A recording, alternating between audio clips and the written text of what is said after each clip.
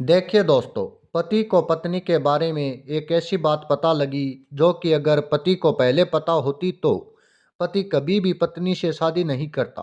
दोस्तों, world marriage को ख़त्म करने के लिए, उससे बाहर आने के लिए एक बहुत ही इम्पोर्टेंट कंडीशन है।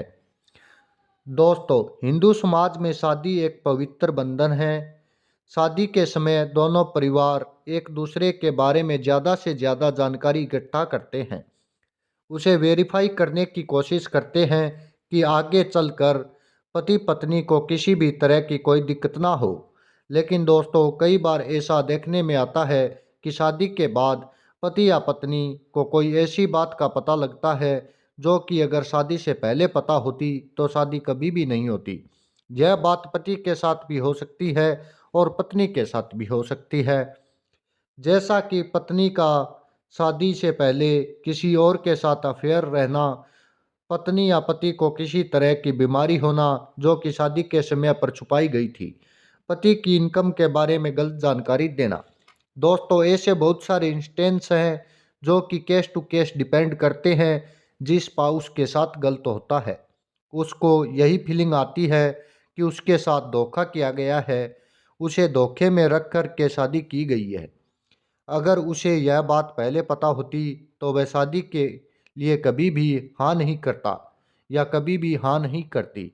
लेकिन दोस्तों, क्या ऐसी शादी से बाहर आया जा सकता है? वह भी केवल इस ग्राउंड पर कि शादी के लिए आपको धोखे में रखकर की गई है।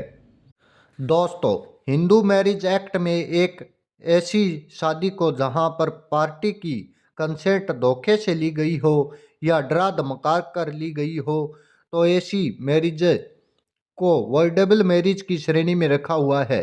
यानी कि ऐसी मैरिज ना तो वैलिड मैरिज है, ना ही वॉइड मैरिज है।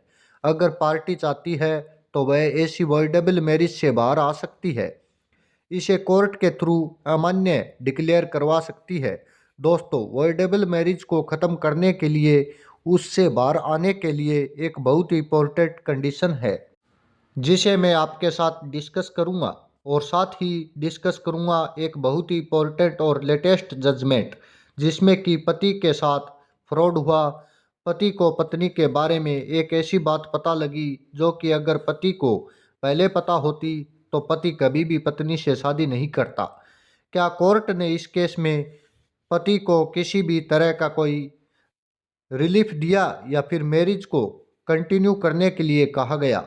दोस्तों, वीडियो बहुत ही इम्पोर्टेंट है, इसलिए आपने वीडियो को अंत तक ज़रूर देखना है। यदि आपने अभी तक चैनल को सब्सक्राइब नहीं किया है तो चैनल को सब्सक्राइब कर लीजिए। दोस्तों, इस केस में पति पत्नी की मैरिज 1995 में होती है और शादी के 2 दिन बाद पति को पत्नी के बारे में एक बहुत ही ज़रूरी बात का पता लगता है जो कि शादी से पहले पति को नहीं बताई गई थी। दोस्तों, शादी के 2 दिन के बाद पति को पता लगता है कि उसकी पत्नी को ऑलरेडी शादी हो चुकी है और पत्नी का डाइवोर्स भी हो चुका था। यानी कि मौजूदा शादी को पति धोखे में रख करके की गई। पति को इस बारे में बताया नहीं गया कि पत्नी की ऑलरेडी शादी हो चुकी थी, उसका डाइवोर्स भी हो चुका है, क्योंकि पति की कंसेंट फ्रॉड से ली गई थी, धोखे से ली गई थी। इस करके पति ने पत्नी से तलाक लेने के लिए सेक्शन 12 हिंदू मैरिज एक्ट के तहत मुकदमा दर्ज कराया। दोस्तों, फैमिली कोर्ट पति की फेवर में फैसला सुनाती है क्योंकि पति के साथ फ्रॉड किया गया था। पत्नी की पिछली मैरिज और डाइवोर्स के बारे में जानकारी छुपाई गई थी, इसलिए फैमिली कोर्ट मैरिज को अमान्य घोषित कर देती है। इसके बाद पत्नी के द्वारा फैमिली कोर्ट के ऑर्डर को इलाहाबाद हाई कोर्ट के सामने चैलेंज किया जाता है। दोस्तों, हाई कोर्ट के सामने पत्नी का कहना था कि पति झूठ बोल रहा है। पति को पत्नी की पहली मैरिज और डाइवोर्स के बारे में पूरी जानकारी थी और पति से किसी भी तरह का कोई फ्रॉड, कोई धोखा नहीं किया गया था। उल्टा पत्नी ने आरोप लगाया कि पति ने दहेज के कारण पत्नी पर अत्याचार किया और अल्टीमेटली पत्नी को छोड़ दिया। दोस्तों, मौजूदा केस के फैक्ट्स और एविडेंस के बेसिस पर हाई कोर्ट का कहना था कि इस केस में एक चीज़ तो पक्की है कि पत्नी की पहले मैरिज हुई थी, लेकिन पूरे केस में पत्नी इस बात को साबित नहीं कर पाई कि उसने अपनी पहली मैरिज की जानकारी पति को शादी से पहले दे दी थी। यानी कि यह भी चीज़ कन्फर्म हो चुकी थी कि पत्नी को पति को पत्नी की पहली शादी के बारे में कोई भी जानकारी नहीं थी और किसी ने भी पति को उसके बारे में नहीं बताया था। हाई कोर्ट ने क्लियर किया कि पहली शादी के बारे में पति को जानकारी ना देना यह एक मटेरियल मिस रिप्रेजेंटेशन है, यानी कि पति के साथ धोखा किया गया है। क्योंकि अगर पति को इस बारे में पहले पता होता तो पति शादी के लिए कभी भी हाँ नहीं करता।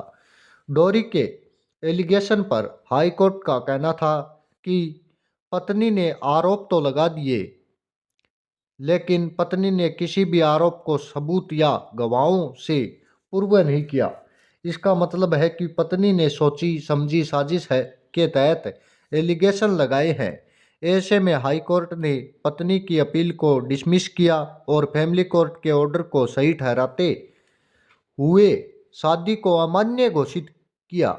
दोस्तों, सेक्शन 12 के तहत वॉइडेबल मैरिज को वॉइड डिक्लेयर कराने के लिए एक बहुत ही इंपॉर्टेंट कंडीशन है और वह कंडीशन यह है कि जब भी पति या पत्नी को फ्रॉड के बारे में धोखे के बारे में पता लगता है तो उसके 1 साल के अंदर अंदर सेक्शन 12 के तहत मैरिज को नल एंड वॉइड डिक्लेयर कराने की पिटीशन फाइल करनी होगी।